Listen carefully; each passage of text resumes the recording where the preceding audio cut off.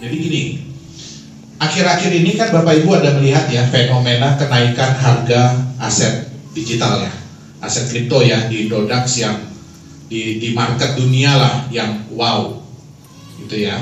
Nah, tapi sebenarnya ada beberapa kekhawatiran dari kita juga sebagai sebagai perusahaan yang membuat konsep mata uang digital atau aset digital ini.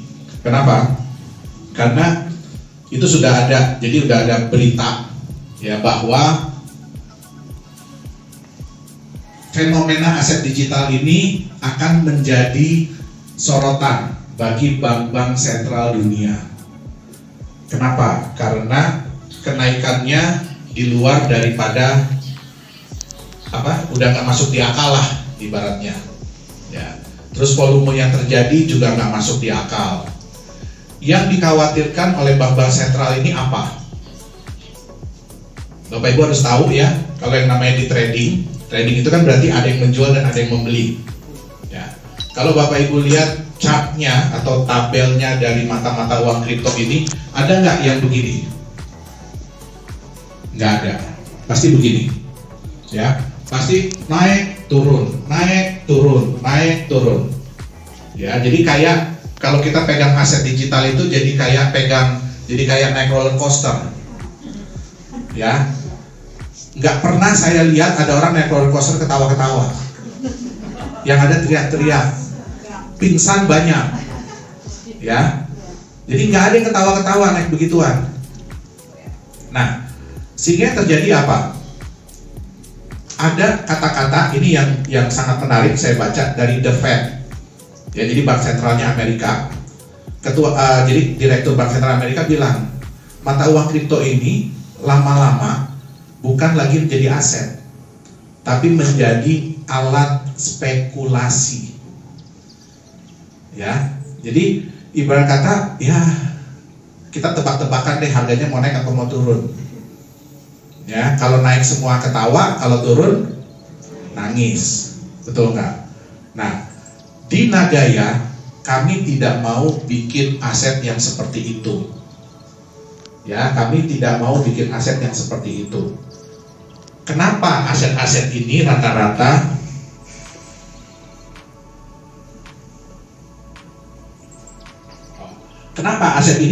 begini, naik, terus turun lagi? Kenapa? Karena semua ini, yang pertama ya, semua ini hanya angka digital, betul nggak? Bahkan mother of coin, jadi nenek moyangnya koin kripto itu Bitcoin. Ada yang tahu siapa yang bikin? Nggak ada. Ada yang tahu di mana perusahaannya? Nggak ada. Siapa yang tanggung jawab? Nggak ada. Kalau ada apa-apa, nggak ada tanggung jawab. Bahkan exchanger sekalipun, kalau harganya sudah melantai, ya, kalau harganya sudah melantai, apakah mereka tanggung jawab? Nggak ada. Nah, di Nagaya kami tidak mau seperti itu. Makanya kita selalu bilang Nagaya ini adalah aset masa depan. Ya, bukan aset spekulasi. Beli hari ini, jual sejam kemudian. Yang kedua, ini banyak orang yang hanya ikut-ikutan. Beli aset kripto ini hanya ikut-ikutan. Di Nagaya kami nggak mau seperti itu. Makanya tim ini capek-capek ya, seminggu 2 kali bikin offline, seminggu 3 kali bikin acara BOP online, training 2 kali, supaya apa? Bapak Ibu ini paham apa yang Bapak Ibu pegang.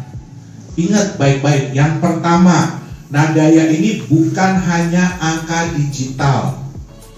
Ya, setiap Nagaya yang Bapak Ibu pegang itu adalah bukti hak atas sejumlah emas. Ingat, jadi jangan samakan kami dengan kripto-kripto yang lain. Ya, walaupun yang Bapak Ibu pegang digital, tapi punya hak atas sejumlah emas. Yang hebatnya, apa hebatnya Nagaya? Emasnya nambah. Emasnya bertambah. Kenapa? Karena kita menjalankan proyek-proyek real.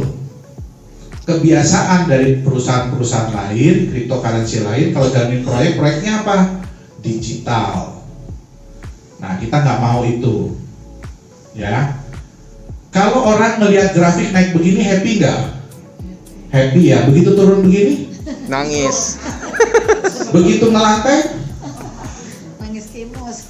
ya nggak? Di Nagaya, ya. Tadi udah dikasih ilustrasi belum? Kenapa harga Nagaya bisa naik? Ya. Sekarang saya tanya Bapak Ibu. Bapak Ibu pegang sesuatu, ya. Nih, pegang aqua. Pegang apa ini? Oh, ini ada koinnya, ada emasnya, ada coklatnya nih. Maaf ya Bapak Ibu ya, bukan bermaksud menggoda, saya dikasih ini, ya. Bapak Ibu bayangkan ya, kalau Bapak Ibu pegang kotak ini, apa ini ya, plastik ini ya, tapi nggak ada isinya apa-apa.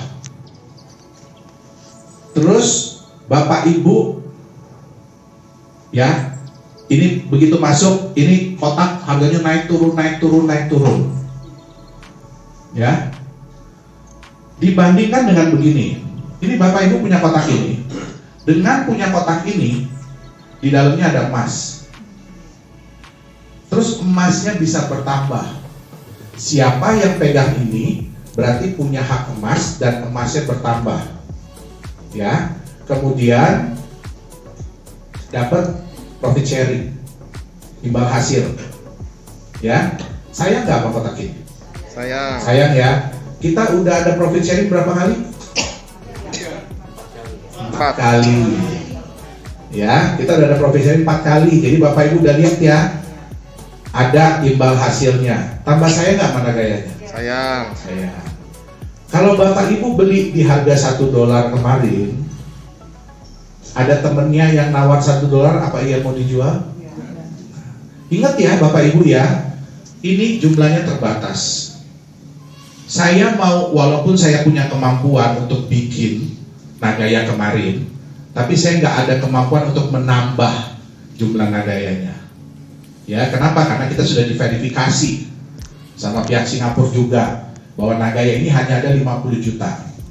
Berapapun proyek yang dijalankan oleh Nagaya, berapapun profit yang dihasilkan, hanya milik yang 50 juta.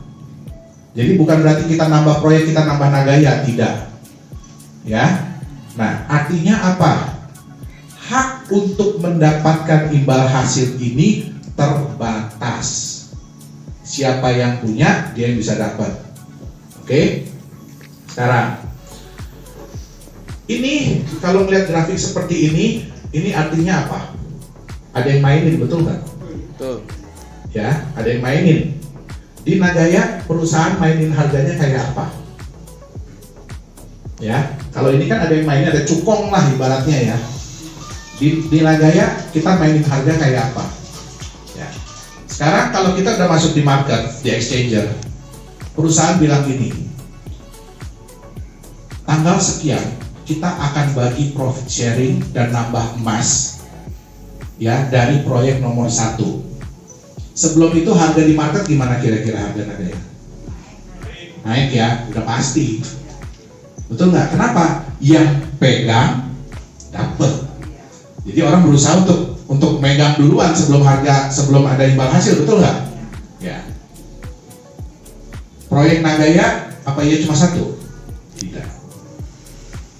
Ya, mudah-mudahan dalam waktu dekat kita bisa jual 5 juta Nagaya. Baru ya saya akan mulai proyek kedua.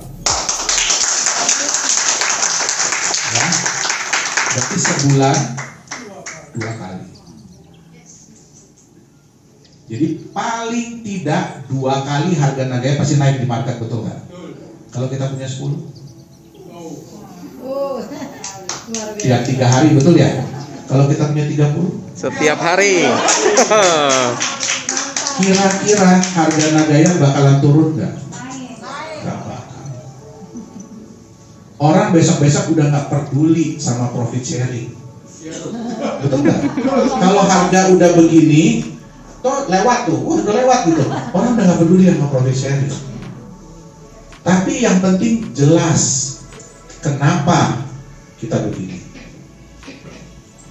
Ya, kalau mau disamakan ya, tapi bukan sama ya, tapi kalau mau disamakan kayak saham. Apakah saham perusahaan itu mencerminkan asetnya? Tidak. Ada satu perusahaan ya, tambang juga, udah wow, waktu dulu harganya sampai puluhan ribu sahamnya, sekarang 50 rupiah. Kenapa? Karena mereka nggak performance. Nah, oke. Bapak Ibu harus hati-hati kalau main di aset digital. Ya, ini contohnya. Ini ada di bursa yang terkenal di Indonesia loh ya. Yang satu ini jelas-jelas dibilang bahwa satu token dia di backup oleh 1 gram emas selama-lamanya. Artinya Bapak Ibu pegang 1 token, ya haknya 1 gram emas, nggak bakalan nambah. Beda mana gaya ya. Tapi begitu masuk di market, dalam hitungan jam harganya melejit sampai 250 juta 1 token. Artinya apa? Yang beli nggak ngerti ini apaan kan? Kalau yang beli ngerti, apa iya dia mau beli 1 gram emas senilai 250 juta? Tapi kejadian. Ini bisa dicari kok di YouTube kok. Beli 100 juta rupiah di harga tokennya 250 juta. Sekarang 800 rupiah. Silahkan dihitung dari 100 juta jadi berapa asetnya. Nah, ini katanya di backup oleh properti. Ya, di backup oleh properti. 1 tokennya di backup properti senilai 100.000 rupiah. Apa iya sekarang ada properti yang harganya 10 juta? Ada nggak? Nggak ada. Dia bilang bisa ditukar. Bisa ditukar. Jadi tokennya balikin ke perusahaan, nanti dikasih propertinya. Ya? Apa iya ada properti 10 juta? Saya tanya. Kalau enggak 2 kali 1 meter. Betul nggak? Itu aja 2 kali 1 meter udah miliaran loh harganya loh sekarang. Itu yang di ujung-ujung ke arah Cikampek lewat lagi itu loh. Ya. Artinya kalau Bapak Ibu mau tuker dengan tanah ini, ya, artinya harus punya berapa puluh ribu koin, betul nggak? Nah, di Nagaya bisa nggak emas ini diambil? Bisa. Berapa minimum untuk ngambil emas? 5 gram. 5 gram. Kita nggak mau bikin susah. Tapi ya jangan bikin susah kami juga. Masa ngambil 1 gram? Aduh, biayanya aja udah mahal banget. Kasihan Bapak Ibu. Tahu dong harga emas 1 gram beda sama 5 gram, betul nggak? Iya. Jadi yang masuk di akal, yang paling memungkinkan ya di 5 gram. Itu dia. Ya kalau nanti Nagaya emasnya nambah.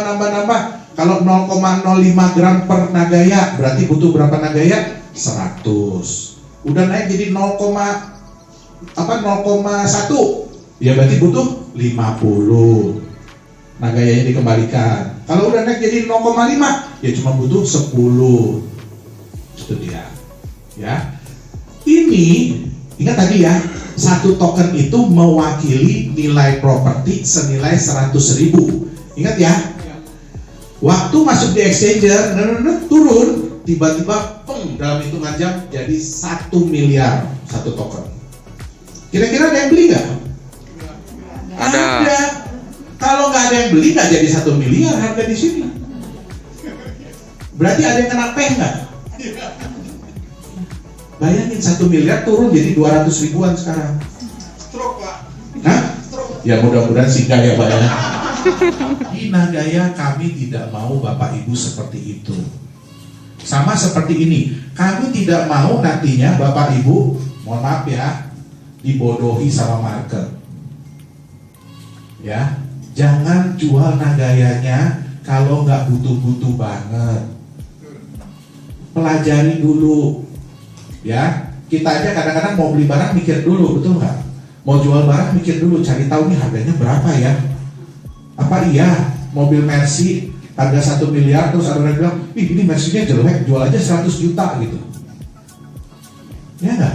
Ya nggak mungkin. Jadi ingat baik-baik, pelajari baik-baik Nagaya itu apa. Ya, kita tidak mau Nagaya ini jadi apa tadi?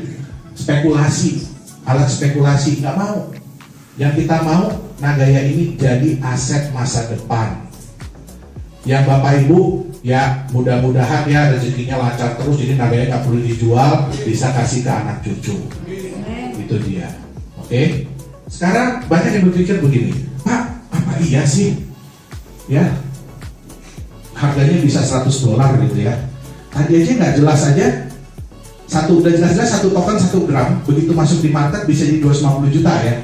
Itu indahnya market. Kenapa? Banyak orang yang nggak tahu. Itu dia.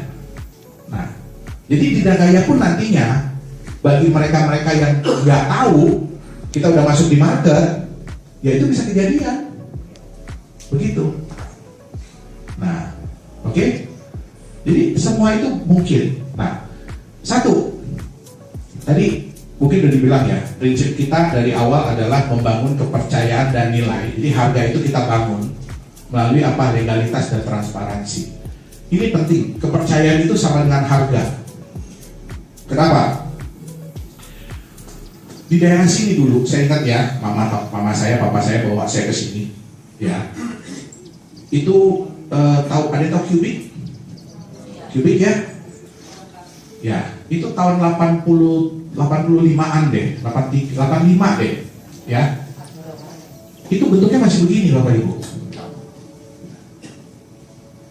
Ya, tahun 85-an, bentuknya itu masih begini. Harganya sehektar, tahu nggak berapa? 100 juta sehektar. Masuk di akal nggak beli beginian 100 juta sehektar? Ini masih bagus ya, ini hutan karet. Cuma saya nggak bisa nyari yang berantakan gitu hutan karetnya ya. Hutan deh, 100 juta sehektar. Bapak Ibu bakal beli nggak waktu itu? Nggak bakal. Sekarang aja udah lihat jadi Cubic begini, makanya bilang bakal beli dulu. Waktu kalau dulu ke sini naik mobil aja kita naik Land Cruiser, bukan apa dulu, Hardtop. Ya, Hardtop. Itu aja sampai loncat-loncat kemana-mana gitu ya. 100 juta, alamak apa iya kan gitu ya. Tapi ada nggak yang beli? Ada. Nah, begitu berkembang jadi begini, kan nggak ada ya dari hutan tiba-tiba langsung jadi Cubic, itu kan nggak ada ya. Betul nggak? Berkembang jadi begini. Orang udah mulai ngeliat ya, oh iya ya. Tapi mungkin nggak bisa dapat 100 juta lagi sehektar. Udah mulai begini, ini sama ya. Udah mulai begini, masih bisa nggak dapat di harga ini? Enggak. Nggak mungkin. Apalagi udah begini ya. Wih. Ada yang tahu berapa harga di sekitaran Cubic sekarang sehektar? 180 miliar, nggak pakai nego. Seandainya kita bisa balik ke sini, betul nggak?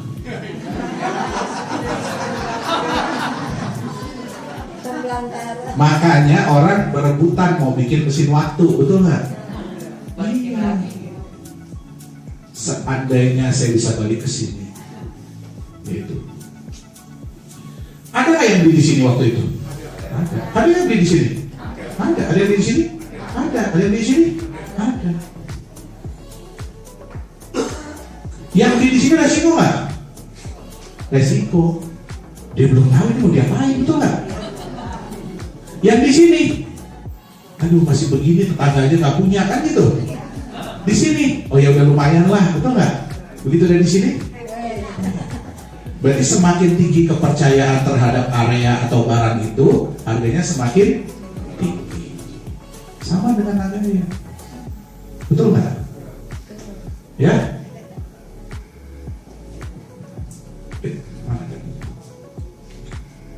Nih ya, saya kasih lihat ke Bapak Ibu ya. Sorry, ini aja. Pentingnya waktu, time is money. Orang bilang time is money ya. Betul Bapak Ibu. Ya. Bapak Ibu tahu ini ya? Sorry, ini tahu ya? Ashton Kutcher, artis. Ya. Dia itu investasi 500.000 dolar di tahun 2011. Ya. Nah, tahun 2020 yang 500.000 dolar ini jadi 100 juta dolar. Pengen nggak kayak gini? Pengen. Peter Thiel 500.000 dolar tahun 2004. Tahun 2020 1,2 miliar. Ya. Eduardo Saverin tahun 2000 ini 2004 akhir, ini 2004 awal. 30.000 dolar. Lihat yang lebih kecil ya. Jauh kan lebih kecil ya. Gedean mana ini yang lain? Gedean ini ya. Dengan modal lebih kecil, hasilnya lebih besar, betul nggak? Sama-sama tahun 2004, bedanya ini akhir, ini awal. Ya. San Francisco High School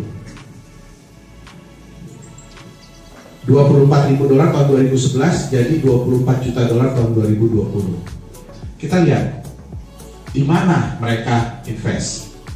Ya, ini 200 kali, 2.400 kali, 290.000 kali, 1.000 kali. Uber, tahu Uber dong? Facebook, ini apa? Snapchat. Ya, tahun 2004, Bapak Ibu ada yang tahu Facebook? Hebat kalau ada yang tahu. Friendster. Ya, nggak ada yang tahu Facebook kan? Eduardo Saverin ini dideketin sama Mark Zuckerberg. Ya, dijelasin apa yang mau dibikin. Belum ada loh Facebooknya loh, baru apa wacananya, baru rencananya, ya, baru katanya, baru konsep di otak. Dimodalin lah sama si Saverin. Modal awalnya itu cuma 1.000 dolar, ya, 1.000 dolar dimodalin sama Saverin. Kerjalah tuh si Mark Zuckerberg. Oke. Jadi sedikit ditawarin ke Peter Thiel. Dulu namanya bukan Facebook, tapi The Facebook. Ya, tawarin ke Peter Thiel masuk 500.000 dolar. Tapi si Saverin ini dialah orang yang menangkap peluang pertama. Ya, saham dia jauh lebih besar, modal lebih kecil, saham lebih besar. Kenapa? Tentu saja, resiko dia gede nggak waktu dulu? Gede. Tapi dialah orang yang menangkap peluang Facebook ini seperti apa. Bukan sih Mark Zuckerberg. Mark Zuckerberg itu cuma programmer. Tapi Saverin lah yang punya, oh ini nanti Facebook bisa begini, bisa begini, bisa begini, bisa begini. Makanya dia bisa ngajak si Peter Thiel. Betul nggak ini time is money? Ya, oke. Pertanyaannya, sekarang Bapak Ibu kalau beli saham Facebook kan udah Facebook kayak apa ya? Kalau beli saham Facebook, mau nyamain duit dia segini, berarti mesti keluar duit segini ya? Nggak bisa lagi kan beli 30.000, datang ke Mark Zuckerberg, Mak, ini saya kasih duit 30.000, tapi saham saya samain sama Eduardo Saverin ya, bisa nggak? Nggak bisa. Yang paling penting adalah Bapak Ibu pelajari konsep Nagaya ini masuk di akal atau tidak. Ya, kenapa? Kesempatan nggak akan datang dua kali. Oke, saya ini nyesel kok kalau saya tahu si Mark Zuckerberg dulu saya kasih nih 30.000 dolar, jangan kayak berulang gue lebihin deh Mak. Gitu. Ya, tapi saya pun mungkin saat itu nggak ada. Kenapa? Ya, bisa jadi nggak percaya, gitu loh. Oke? Nah, ini kalau di kripto ya, tadi kan 2.900 kali gitu ya. Ini kita lihat Peter Saddington beli Bitcoin 115 dolar tahun 2017. Tahun 2020 ini salah kan? Ini lebih tinggi ya. Christopher Koch 26 dolar, jadi 50 juta dolar. Ini waktu Bitcoinnya naik lagi jadi berapa? 500 ya. Jadi 500 juta doang yang kita bikin ini. Ya. Tapi Bapak Ibu lihat ya, 2009 sampai 2020. Kira-kira nih si Christopher Koch ini kebelet nggak pengen beli sesuatu? Melihat harga Bitcoin udah jadi 100.000 dolar, 200.000. Kebelet nggak? Kebelet. Tapi karena dia mempercayai Bitcoin itu sebagai aset. Beda sama yang main di trading ya. Trading itu spekulan. Dia menganggap Bitcoin itu sebagai aset. Beli, simpen. Anggap aja nggak ada, tapi jangan lupa password. Ya, jangan lupa password. Ingat di Nagaya ya. Jangan lupa password, jangan lupa username. Ya, ditengok-tengok lah itu. Ya, itu bukan cuma angka, itu ada emasnya loh itu. Ya, nah, oke. Eric Friedman $1.000 tahun 2011, umur 11 tahun beli Bitcoin tahun 2011 $1.000. 2020 4,4 juta nilainya. Yang tadinya dimaki-maki sama orang tuanya jadi dicita sekali, betul nggak? Iya. Nah, lihat ya, 7.000 kali, 2 juta kali. 4.500 kali, 110 kali. Beda berapa tahun doang? 2 tahun. Itu dia. Ya. Jadi saya harapkan Bapak Ibu tolong Nagaya ini dianggap sebagai aset Bapak Ibu. Ya, anggap saya punya rumah, kayak punya mobil jangan dianggap. Punya emas. Ya. Nah, dulu pertama kali kita mulai Nagaya ini di harga $1. Ya, di sini ada yang second, yang lainnya ada 2 orang yang masih dapat Nagaya di harga $1 di ruangan ini. Ya, saya ingat banget. Sama ya, Pak Lindu ya, Pak Eko ya. Konsep, ingat Bapak Ibu, ini belum ada nih. Ini aja belum ada nih. Ya, konsep. Saya cuma cerita pakai laptop. Saya mau bikin seperti ini, saya mau bikin seperti ini, saya mau bikin seperti ini. Ya, kita mulai proyek pertama, kita naikin harga di 1,1. Wajar nggak? Wajar. Kalau nggak fair dong buat mereka. Mereka dengar saya cuma punya laptop, betul nggak? Bapak Ibu udah ngeliat ada proyek. Bagi hasil pertama kita naikin 1,25. Wajar nggak? Ya wajar. Naik lagi 1,36. Sekarang 1,48. Tanggal 10 naik lagi ya. Oh. Angkanya tunggu pengumuman. Angkanya join di Telegram grup kita. Saya kan dimarahin Pak Dani kalau nggak bilang. Ya, join di Telegram grup kita. Oke? Nah, tanggal 10. Cuma itu yang bisa saya bocorin. kasih tahu. Ya, kan kalau saya bocorin lagi dimarahin. Nah, begitu kita masuk exchanger, target kita kan akhir tahun ini atau kuartal 1 2022. Ya.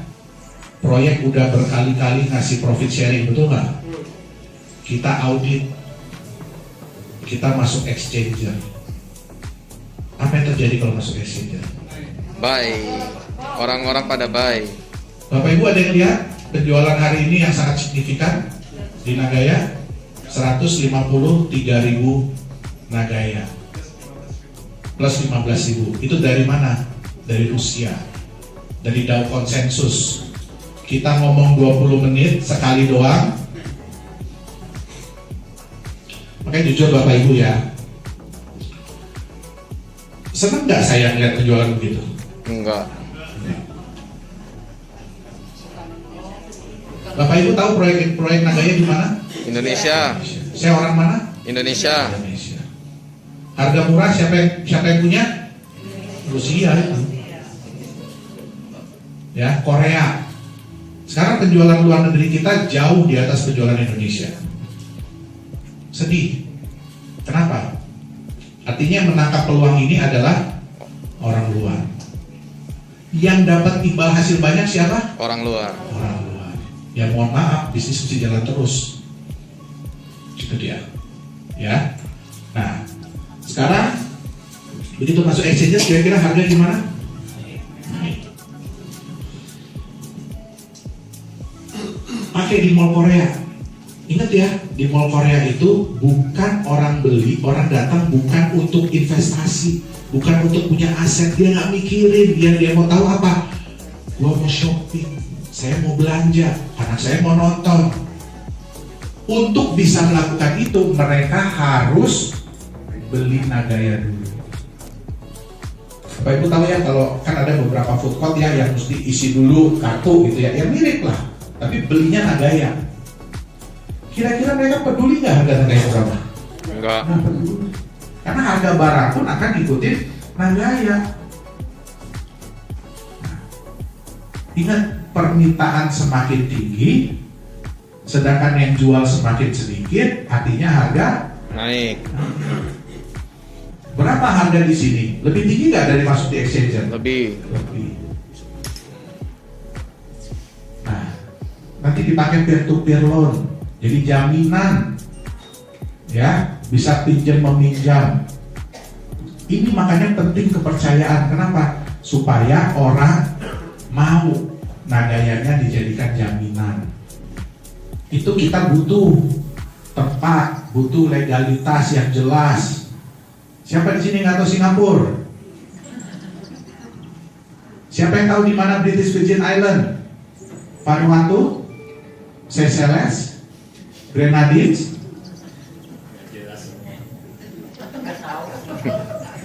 Rata-rata koin dari situ Bapak Ibu ya.